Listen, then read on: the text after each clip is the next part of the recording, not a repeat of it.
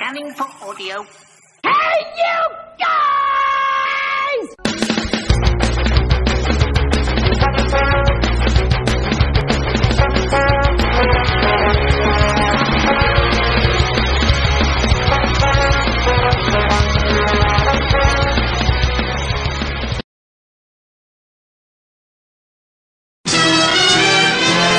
Well, that's because this and this happened. I said, yes, but it's not here. I can't follow that because I don't know what's in your head. And I would talk to them about outlining, just thumbnailing, even thumbnail sketches for, and the planning throws them.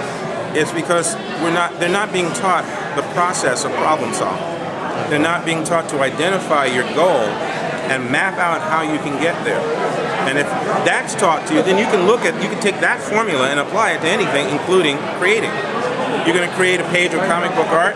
You don't know exactly what each angle and shot's going to be. Work it out in the thumbnail. Play around with it until you get just a series of panels that you like in their basic form. Boom, then you hit the page. But to them, a lot of kids think you have to go straight to that final illustration. And then they get disheartened by it, or if it doesn't work out immediately when they go to put it to paper because the picture in their head is so strong, then they start getting down on themselves. And that's a big one right there. A lot of kids hit the wall once and they're ready to give up because they don't know what it's like to have to hit that wall and go, okay, can't go this way, let's see, how about around, over, under. It's like give up quick. Because instant gratification became the drug. And that's not life. There's some games, but that's not life. You have to work hard to get a lot of things you want, and you have to work even harder to hold on to it. So when we teach comics here, when we created a studio on the campus called Creative Arts and Creative Media Design, Graphic Design Studio. When we created that, the idea was to introduce young people to graphic design, computer arts, podcasting, filmmaking, or video, digital editing, all of those things, so that they could begin to look at the possibilities. Look beyond the computer as a social tool. Yeah, I know you can get to MySpace, Facebook, that's all good, but what can you do about researching papers? Oh, I don't know. Have you used Microsoft Word to write an essay or a thesis? I don't write. We got to get you past that. You want to be a sportscaster. Okay, great. But you don't want to write scripts. So you're just going to wing it? Everybody. No, they don't. You ever notice them looking at the pages? Well, they got somebody to write for them. Sometimes, most of those folks write their own copy. That's their voice. And maybe you might hit some high position where somebody will write most of it for you, but you got to start here to get there.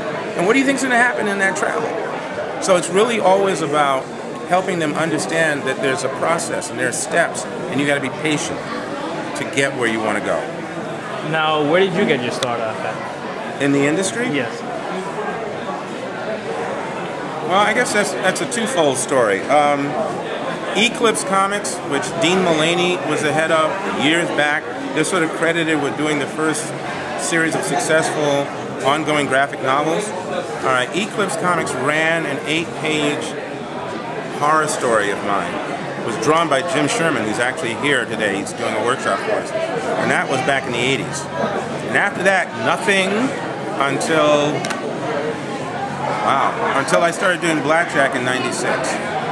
So there was some, possibilities that came up and then dropped out. But eventually in 96, I started doing my comic book, Blackjack, which is a story about an African-American soldier of fortune in the 1930s.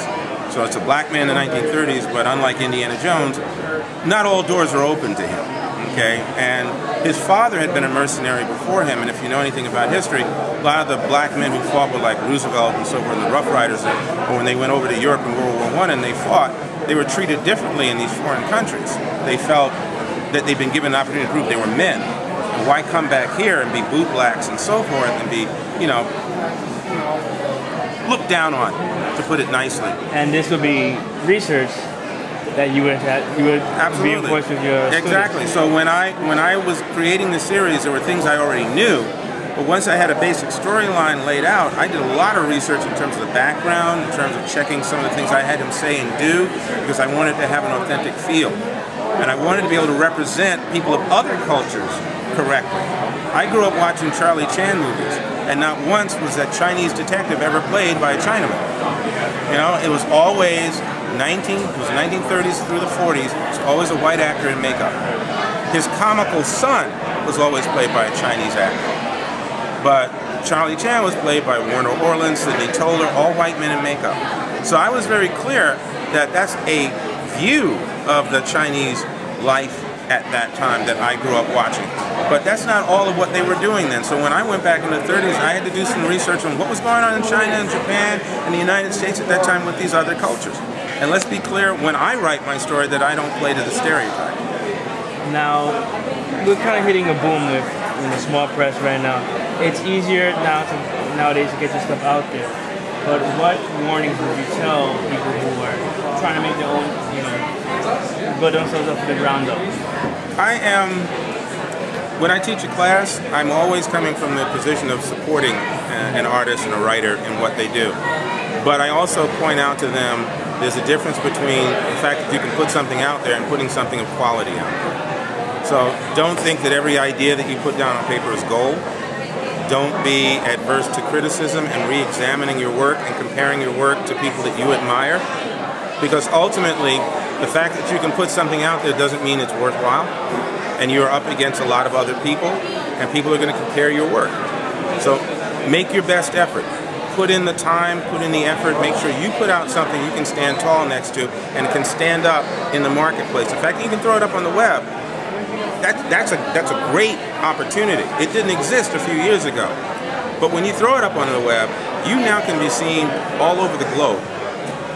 And if, for instance, and I've done this in workshops, I've had a lot of black and Latino young men talk about how they hate the way the world looks at us. I say, okay, cool. What images are you talking about? And they'll point out certain images. I say, okay, great. Now, talk to me about the images you portray, that you put out in your stories and so forth.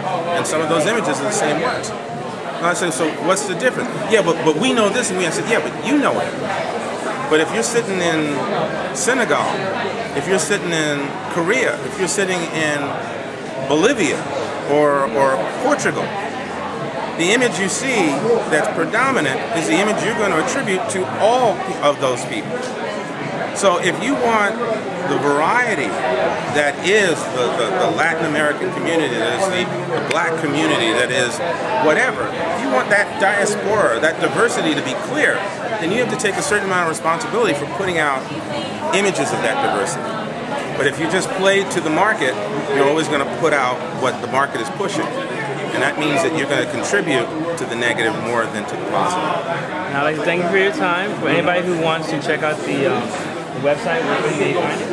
The Kids Comic Con website is www.kidscomiccon. That's KIDSCOMICCON. kidscomiccon.com. And they're able to make donations there also, right? Yes, they are. Yes, absolutely. We are under what's called a fiscal sponsorship with a organization called Fractured Atlas. So any contributions that people make, they can make it to Fractured Atlas, but on behalf of the Kids Comic Con, and they can get a tax write-off. Thank you very much. Thank you very much. Thank you. To learn more about Alex Simmons and the Kids Comic Con, you can visit them at kidscomiccon.com. Once again, that's kidscomiccon.com. And please feel free to donate for this great and wonderful cause.